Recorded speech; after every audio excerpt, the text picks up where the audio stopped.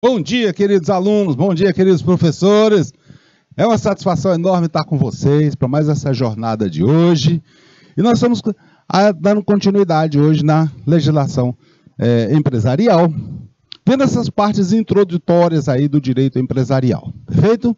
Nosso bom dia aí para a turma de Nova Santa Rita, de Coivaras, de Rio Grande. Também, vamos ver as outras turmas aqui? Olha aí, Coivara, Ilha Grande, Joaquim Pires, o Joseni também, professor Joseni acompanhando, Landry Salles, aí bom dia para vocês, bom dia turma de Monte Alegre, novamente aí bom dia para Nova Santa Rita, para Nossa Senhora Nazaré, para Rio Grande, duas turmas, muito bom estar com vocês, tá? Então, vamos aqui, continuando. Temos aqui também no YouTube, aí quem está acompanhando, o Paulo Tejando, a Eduarda Ferreira, bom dia para vocês também. Bom dia, Paula. Então, nosso bom dia para vocês todos, tá? Olha aí. Vamos ver a nossa aula de hoje. Nosso roteiro. Nós estamos vendo aí, ó, com vocês, a legislação empresarial, vendo essa parte introdutória. Mais especificamente, nós estamos vendo aí as fontes do direito empresarial. Nós estamos vendo aí também o que é empresário, empresário individual, EIRELI e sociedade empresária. Tá? Nosso objetivo é construir bases, né, sobre o funcionamento e os principais elementos do direito empresarial. Tá? Essa é a nossa ideia. Nós não estamos tratando aqui da legislação empresarial com foco em formar advogados, e sim gestores. Tá?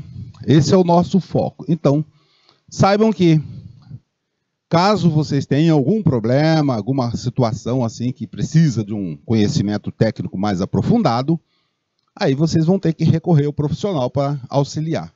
Mas aqui vocês já vão estar preparados até para poder conversar e discutir com o profissional que vai orientar quando for necessário.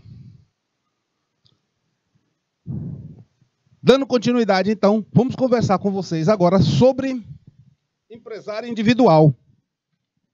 Na aula passada nós começamos a falar para vocês a respeito de empresário individual, mas aí a gente vai fazer uma breve revisão e, na sequência, nós vamos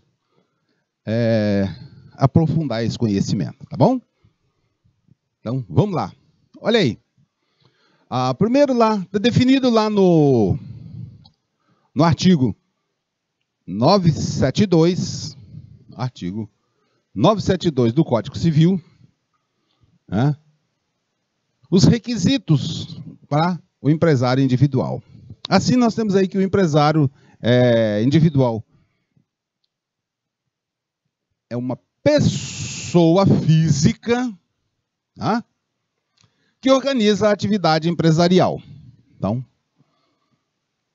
basta que a pessoa física, ela esteja em pleno gozo das capacidades civil, ou seja, não haja nenhum tipo de impedimento legal ou que tenha lá alguma condenação por... Aqui, pessoal, quando a gente fala de condenação, a gente tem que ver que quando está transitada em julgado, ou seja, não há mais como recorrer, tá bom? E aqui, esses crimes estão ligados ao crimes falimentar ainda não reabilitado, tá? Não é qualquer crime que impede a pessoa de ser empresário individual. Tem que estar ligado à atividade empresarial mesmo, ou seja, crimes ligados à atividade empresarial, tá? Ou também, quando ocorrer situações em que tiver com exercício ilegal da profissão. Aí é um problema, tá? E o empresário individual, vocês vão ver no nome da empresa, sempre essa expressão aqui, ó, IE, no nome da empresa. O que caracteriza isso aí, né? Que é uma pessoa que trabalha por conta, né? Sem sócio, aqui não há possibilidade de ter sócio, porque é empresário individual, então ele não tem sócio, né? Mas tem outras características para ser enquadrado. Veja só, que o faturamento dessa empresa pode chegar até 360 mil anuais. Isso se for microempresa. Se for uma empresa de pequeno porte, esse faturamento pode chegar até 4 milhões e 800. Professor, mas microempresa pode passar de 360 mil anual o faturamento? Não. Se passar de 360 mil, aí vai ter o enquadramento de empresa de pequeno porte. Tá? E aqui o empreendedor, né? Esse aqui também é conhecido como o nome que se dá, né? Firma individual, né? E ele é o empresário, é o titular do próprio negócio. Perfeito? Professor, para que serve o saber desse negócio? Olha só, pessoal. O importante vocês saberem dessa classificação de empresário individual, microempresário, empresário de pequeno porte, está ligado às políticas públicas de incentivo à atividade produtiva. Tá? E aí vocês vão ter possibilidade de ter linhas de créditos diferenciadas para cada um dos tipos de empresa. As principais características do empresário individual. A primeira delas é a seguinte: não tem sócio. Tá? Ele é o único. Ele é o único. É uma característica fundamental. Tá? Então, se alguém perguntar para vocês assim, ó, vamos dizer que vocês estejam fazendo alguma prova, alguma avaliação, alguma situação assim, e aí cai lá um questionamento para vocês. Cai lá um questionamento dizendo que o empresário individual... vamos pegar o nome aqui? O empresário individual aqui, a nossa Paula Tajano, nossa Paula, empresário individual. É isso, Paula? Ah, não, Eduarda Ferreira. E aí está perguntando lá assim, olha, a empresária individual, Eduarda Ferreira e Paula, já matou, né? Já não é mais. Né? Já não é mais individual. Porque se tem duas pessoas, a Paula e tem a Eduarda, aí já não é mais individual, aí já é uma sociedade empresária. Tá? Já é diferente. Tá? Outra característica, né, que ele resolve, para resolver as obrigações financeiras da empresa, o empresário poderá responder com seu próprio patrimônio. Então, veja só, se ele tiver algum problema financeiro, teve que cumprir alguma obrigação financeira da empresa, ele responde diretamente com seu patrimônio. Aqui, pessoal, porque aqui a divisão, a separação do que é empresa e empresário e o que é a pessoa física, o proprietário, se confunde muito. Tá?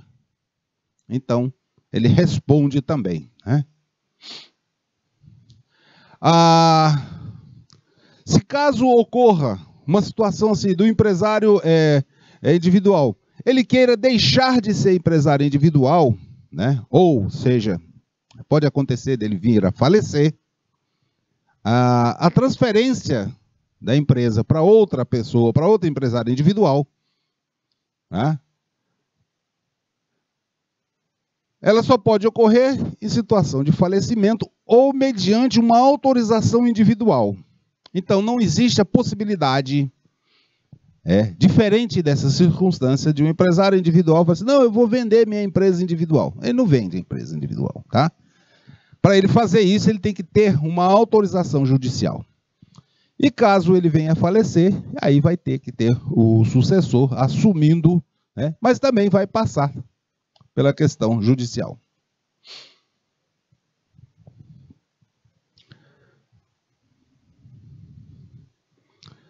Aí tem também a utilização de qualquer valor para a abertura da empresa individual. Para abrir uma empresa individual, pessoal, eu posso ter R$1, R$100, 1.000, 2.000, então qualquer valor pode ser utilizado para a abertura. Tá? Até porque, veja assim, se ele usar um valor pequeno, vai abrir, e a empresa tiver algum problema financeiro, ele vai responder com o patrimônio próprio dele, né, da pessoa. Também outra coisa, o empresário individual, ele necessariamente ele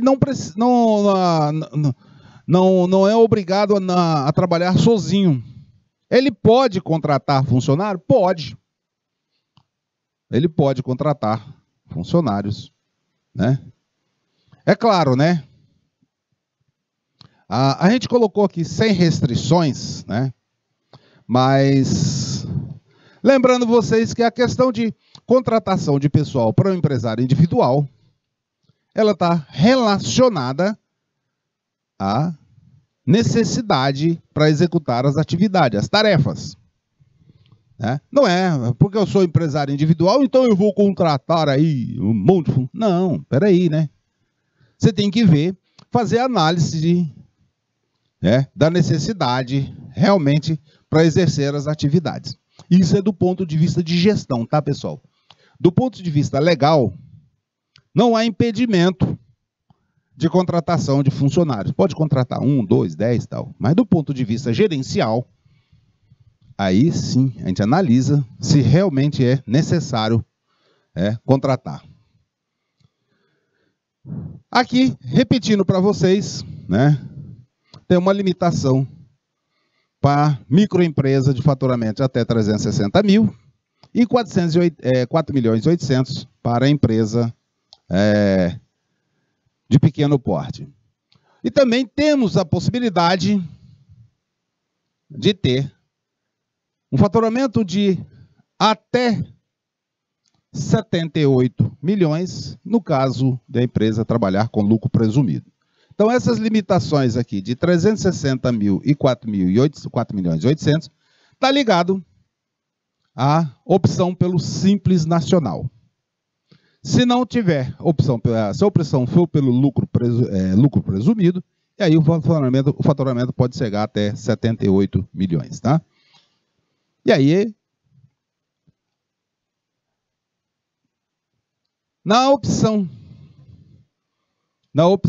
de fazer a escolha pelo Simples Nacional ou pelo lucro presumido, vai depender aí de uma análise do empreendimento, porque aqui, pessoal, nesse caso, a base tributária difere e muito, e é altamente significativo fazer uma análise bem aprofundada para que não faça uma opção equivocada. Tá? Então tem que saber qual é o tipo de negócio, qual é o faturamento e qual é a base tributária que vai escolher. Tá? Se você tem uma empresa, vai montar uma empresa que está com faturamento de até 360 ou até 4.800.000, a opção pelo Simples Nacional é bastante interessante. Tá? Mas observe o seguinte, dependendo do tipo de negócio, a opção pelo Simples Nacional pode não ser uma boa opção. Ô professor, como é que é esse negócio? Pode ou não pode? Que negócio é esse? O senhor disse que é a melhor opção e agora o senhor está dizendo que não? Vamos ver. Se você é um empresário individual, né, e você trabalha com distribuição ou venda, né, como é que se chama? A grosso, né? No atacado, obviamente os seus clientes vão querer o aproveitamento do crédito tributário. Né? Mas esse assunto do crédito tributário nós vamos ver para frente. Aqui, só para vocês entenderem que o teu cliente vai querer, o outro comerciante que vai comprar os teus produtos, você é um atacadista, vai querer aproveitar o crédito tributário. E aqui, o crédito tributário, nesse caso, não tem aproveitamento. Tá?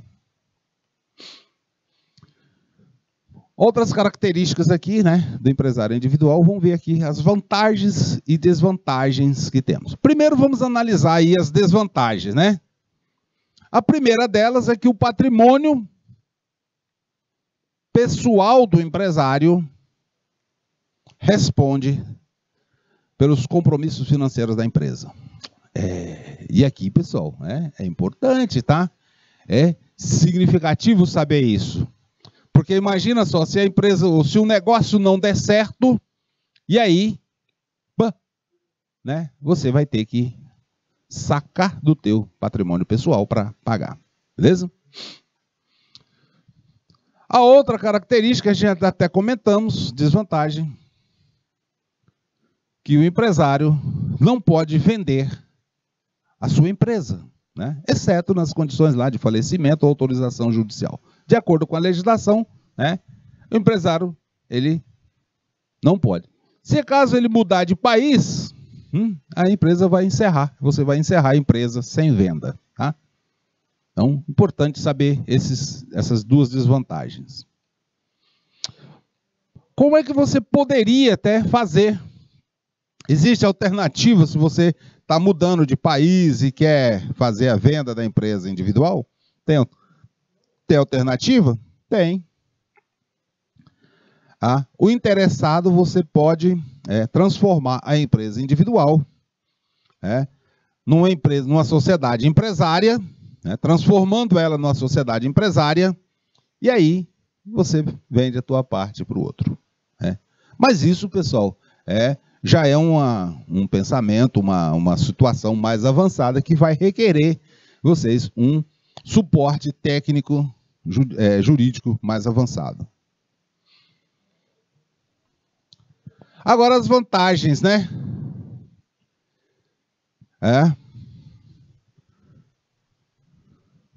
Uma das vantagens mesmo, pessoal, e até foi um dos propósitos que foi criada essa modalidade, que é a possibilidade de legalizar o negócio, né, com alto faturamento, sem necessidade de associar outras pessoas. Então você não precisa se associar às outras pessoas para legalizar o teu negócio. E esse foi um dos principais pontos, né, para que todos os empreendedores tivessem a oportunidade de legalizar seu negócio sem ter que dividir seu lucro nem as decisões com outras pessoas, né? Então, a empresa individual, você continua sendo o único dono. A outra vantagem que não tem um valor mínimo de capital para a empresa. Então, você pode abrir aí com um valor, né, pequeno ou um valor maior, dependendo das tuas posses, né? Para que você possa, né? Não há um limite aí também para você contratar funcionários. Então, não há limites também, nem para capital e nem para contratação de pessoal. O que importa aqui para vocês saberem, que a contratação de pessoal vai ter, vocês vão ter que analisar o próprio negócio, tá? À medida que a empresa vai crescendo, então você pode ir contratando pessoas, tá?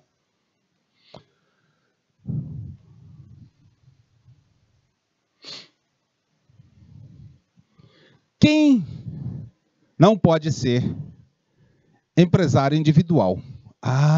Agora, pessoal, aqui as proibições, né?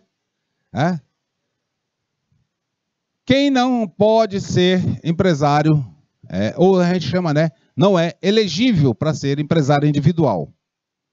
Tá? Bom, todos os profissionais que trabalham com profissão regulamentada, né? Com profissões regulamentadas, não pode fazer isso. De acordo com o artigo 966, né, do Código Civil, e também o artigo 150 do Regulamento do Imposto de Renda, né? Aqui, pessoal, nós estamos falando de médicos, nós estamos falando de arquitetos, advogados, tá? Que eles mesmos não podem abrir uma empresa individual, tá? Então, lembrem-se sempre, né, que aí essa regulamentação não permite esses profissionais fazerem. E como eu faço para abrir uma empresa individual?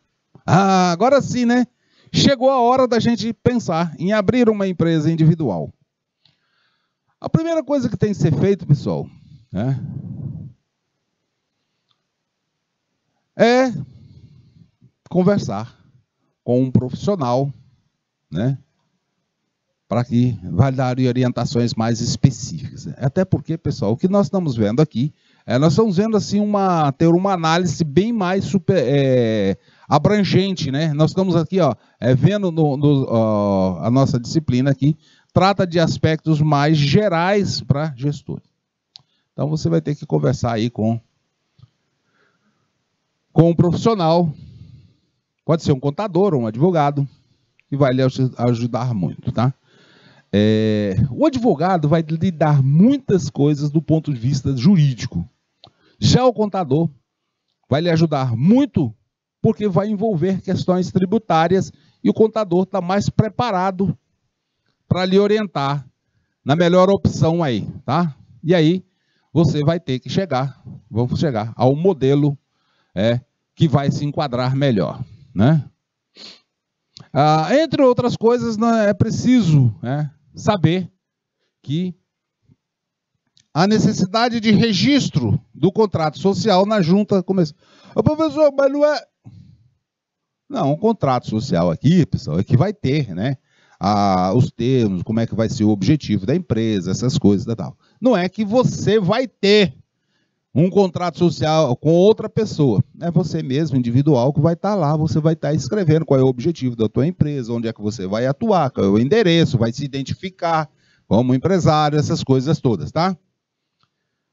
O outro aspecto também é fazer o Cadastro Nacional de Pessoa Jurídica junto à Receita Federal. Então, de posse do contrato social registrado na junta comercial, você vai lá, tá, na Receita Federal para se inscrever no Cadastro Nacional de Pessoa Jurídica. O professor tem que fazer isso, porque senão a tua empresa não vai emitir nota fiscal, nem nada, e você vai ter alguns problemazinhos aí, bastante sérios, né? Aí assim, tem que separar. Se for uma empresa comercial, tá, você vai ter que fazer também uma inscrição na Secretaria de Fazenda Estadual. Porque aí você vai ter questões aí envolvidas tanto no aproveitamento como na incidência das tuas vendas do ICMS. Então, vai ter que fazer lá a inscrição na Secretaria de Fazenda do Estado. Também é preciso buscar o alvará de funcionamento junto à prefeitura, porque tem que, inclusive, saber, né, se você está seguindo o Código de Postura do município, então vai procurar fazer lá o alvará de funcionamento. Também é necessário, né, fazer a consulta junto ao Corpo de Bombeiros, e o Corpo de Bombeiros vai analisar se as condições, né, são apropriadas para a atividade. Na verdade, assim, os bombeiros vão lá ver se há risco, né, dessa atividade, tanto para quem vai estar trabalhando dentro da empresa, como nas redondezas, né? Ô, professor, mas por que tem que ser lá o bombeiro? Imagine que você vai montar uma empresa para produção de fogos de artifício. E aí você escolheu botar a sua empresa, né, de fogos de artifícios, está no quarto andar do edifício, está não sei o que lá, né? De certo, pessoal, acúmulo de pólvora, essas coisas, tem um risco bastante grande. E de certo, os bombeiros vão dizer, olha, aqui não dá. Você tem que procurar um outro local para abrir. E também fazer o cadastro da Previdência Social. Tá? Ô, professor, mas a Previdência Social não é só se eu tiver funcionário? Mas você é o dono, cara. Você é o dono, então você sendo o dono vai ter aí também alguns benefícios da Previdência Social como proprietário, tá?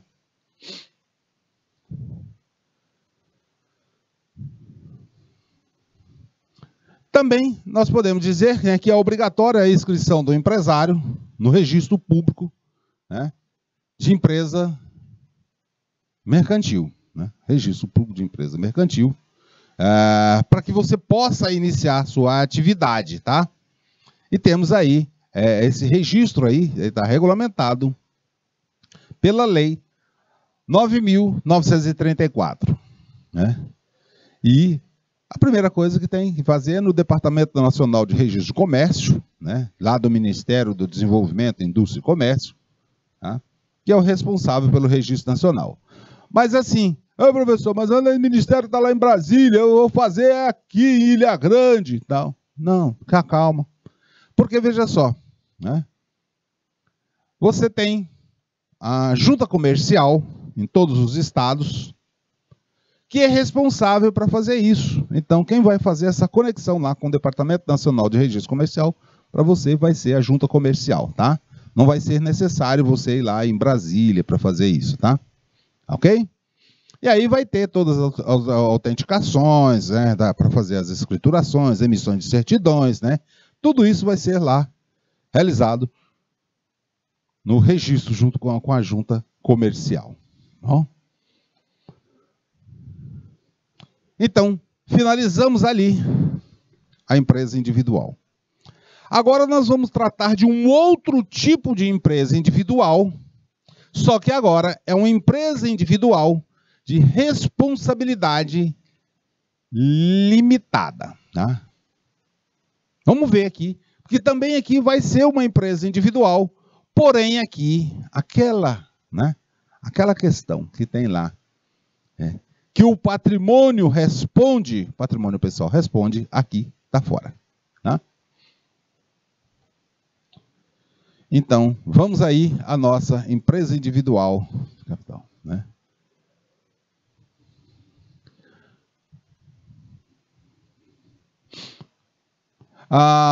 Esse mesmo tipo de empresa, o capital social, também é constituído por uma única, ou seja, pela sua totalidade, por uma única pessoa. Continua sendo uma empresa individual. E aqui, pessoal, não tem sócio, tá? Então, não tem sócio. Veja só, essa modalidade de empresa individual foi criada pela Lei 12.444, né? Que aqui, pessoal, o que é o objetivo aqui, né? Aqui a empresa que tem um capital social, né? Que é totalmente de uma pessoa, né? E tem algumas características específicas que diferencia das outras, inclusive alguns benefícios também, e impedimentos para fazer. Tudo isso aqui está previsto lá na lei e vamos conhecer essa, né, características dela, né? A primeira delas, que diferencia muito da outra empresa individual, que é aqui, ó, o capital social dela tem que ser de, no mínimo, 100 salários mínimos. Hoje nós estamos com 1.200, né? Então seria 120, 1.200, alguma coisa lá, né? Então seria de 120 mil. Que é diferente da outra empresa individual, que você não tem essa limitação. Aqui não, você tem que ter, no mínimo, 100 salários mínimos, né? Também aqui, para construir essa empresa individual, né, só poderá ter uma empresa desse tipo. Então, eu não posso ter dois tipos de empresa.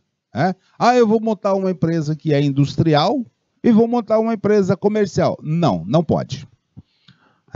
O que você pode fazer, nesse caso, se você vai trabalhar com atividade produtiva industrial e comercial, a mesma empresa você vai colocar lá como indivíduo, né? Produção, distribuição e comercialização, né? Você vai ter como objetivo lá de determinado produto. Mas não pode ter duas empresas. Tá? Já temos duas limitações aí que diferenciam muito, né? Outra questão é a seguinte: sempre no final do nome da empresa vai estar escrito lá, obrigatório ter a expressão EIRELI, tá? Pessoal, por que isso? É para que todas as outras pessoas que vão relacionar com a tua empresa e até mesmo o fisco saiba aqui qual é o tipo de empresa que se trata. A mesma forma nós temos lá na IE, empresa individual. Opa, benefícios, né? De ser uma EIRELI. Opa, ficou tudo balançado aí, né? Nós temos aí o benefício dele aqui, até porque, veja só, aqui o patrimônio, né, do empresário não confunde com o patrimônio da empresa. Então, aquela história lá de na empresa individual, que o patrimônio pessoal responde, aqui não, tá? Então, o patrimônio aqui do titular não confunde com o patrimônio da empresa. Então, há uma separação aqui, tá?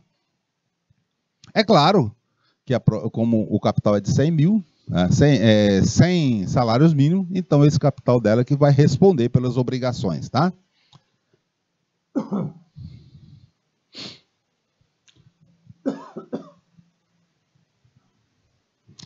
Antes da lei, né, que que criou a empresa de responsabilidade limitada, né?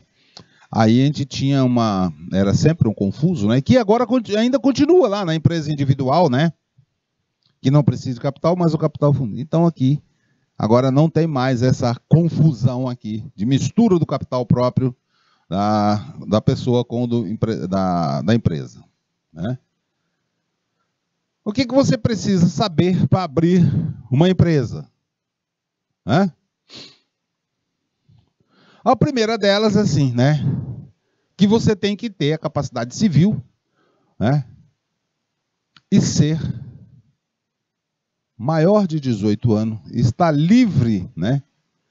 Está na livre administração da pessoa de bens e serviços, né? Ou seja, está emancipado. Pode haver que a pessoa... pode ter 16 anos, pode ter lá a emancipação, os pais deu a emancipação, e aí você pode ser empresário individual. E aí tem todo um processo judicial para fazer essa emancipação, tá? Ok? Qualquer um de nós podemos fazer uma empresa desse tipo. A outra é que você tem que fazer a integralização de 100 salários mínimos. O que é esse negócio de integralização? Pessoal, é assim, quando você abriu a empresa, a integralização do capital significa assim, ó, eu tenho que estar aqui, ó, né? Equivalente a 100 salários mínimos, né? Essa questão, pessoal, tem sido muito crítica, né, por brasileiros, porque tem essa limitação, uma exigência maior. Muitos brasileiros querem que essa limitação caia. Mas tem suas razões, porque se você colocar um capital muito pequeno e a empresa não der certo, quem é que responde? Se o capital do pessoal da pessoa não responde, então fica um problema sério. Quem é que está impedido para ser administrador? Vamos passar esse negócio aqui rápido. Tá muito... Isso, passou tudo, né?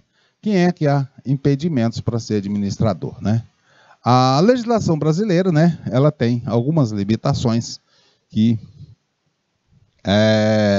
para que a pessoa não possa ser empresário individual de responsabilidade limitada.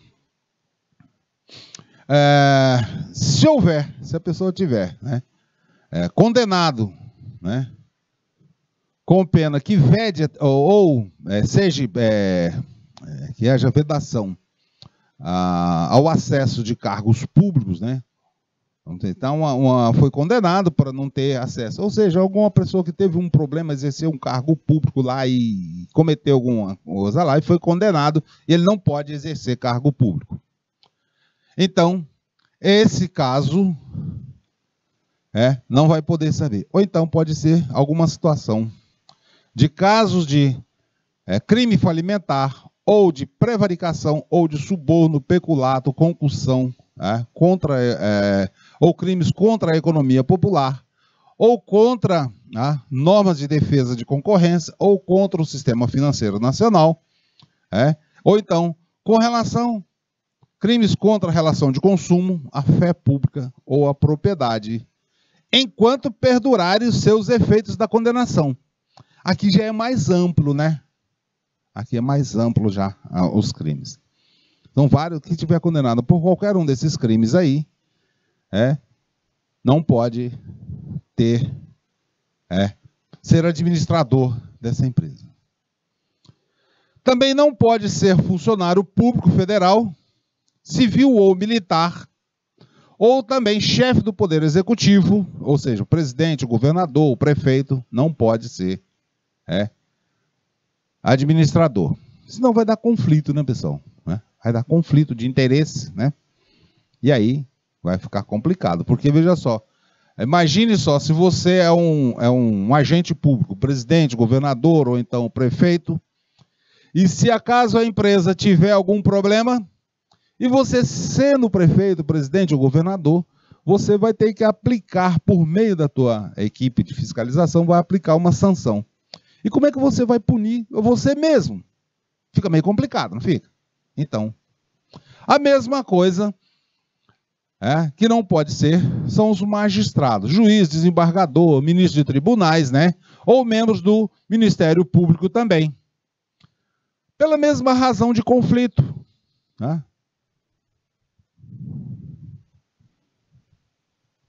Não, e no caso de ser prefeito, depois de aberta a empresa, não, ele vai ter que sair fora. Tá? Ele vai ter que abrir mão, dele sendo prefeito, ele vai ter que abrir mão da administração. Ele vai ter que contratar alguém para ser o administrador enquanto ele for o prefeito. Tá bom, Nova Santa Rita? Se o prefeito já tiver a empresa, ele foi eleito, ele vai ter que contratar uma pessoa para ser o administrador dele. E é meio complicado, né? E é meio complicado, porque ele vai contratar uma pessoa para ser administrador dele. E se tiver alguma coisa para aplicar uma penalidade, e aí? Continua aí um conflito de interesse também, né? E aí vai ser uma questão mais judicial. Magistrados também, juiz, desembargador, também pelo mesmo fato, mesmo só, né? Ministério Público, né? Ou juiz, se tiver alguma lide, como é que ele vai ser juiz? Não tem, né? Então tá fora, né? Também não pode ser administrador as pessoas absolutamente incapazes, com menos de 16 anos, ou com algum tipo de enfermidade, deficiência mental, né? E que não tenham o discernimento para a prática dos seus atos civis, então ele também não vai poder ser administrador, né? Ou então o ébrio habitual, ou viciados em drogas, também não podem ser administradores. Até porque, veja só, pessoal, o camarada, o ébrio, pessoal, é o cachaceiro, tá? O bêbado, né? Como é que o bêbado vai administrar um negócio? Não dá, né? Como é que o viciado em tóxico vai ser também? Não dá. Ou o deficiente mental. Não vai ter discernimento suficiente para administrar. Então, esses aí não podem ser administrador. Lembrando para vocês que eu estou colocando aqui, não é o caso de ser o dono, tá? Mas é de ser o administrador. Tá bom? Avançando um pouquinho mais, falando com vocês agora sobre sociedade empresária. Sociedade empresária. Então, aqui nós já estamos falando de mais de uma pessoa se associando para montar um negócio, né? É isso? Nós já vimos aí a Eireli, a empresária individual. Agora vamos ver aqui o nosso sociedade empresária, né?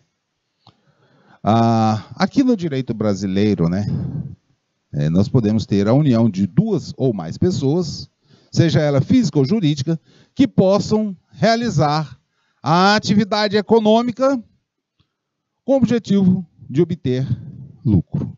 E aí, nesse caso, ocorre a partilha de lucros, né? Vai partilhar o lucro. Então, aqui nós estamos falando que duas ou mais pessoas, seja ela física ou jurídica. Então, unimos duas pessoas e tal, para ser uma sociedade empresária.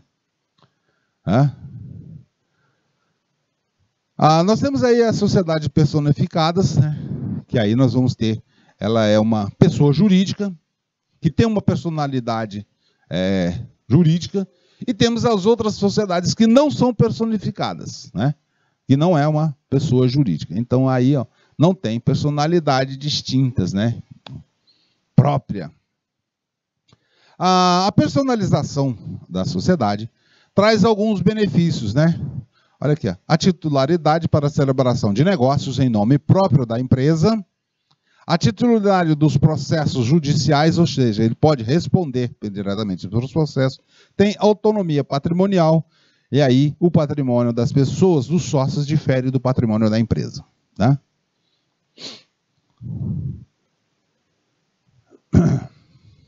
E quando é que se adquire a personalidade jurídica?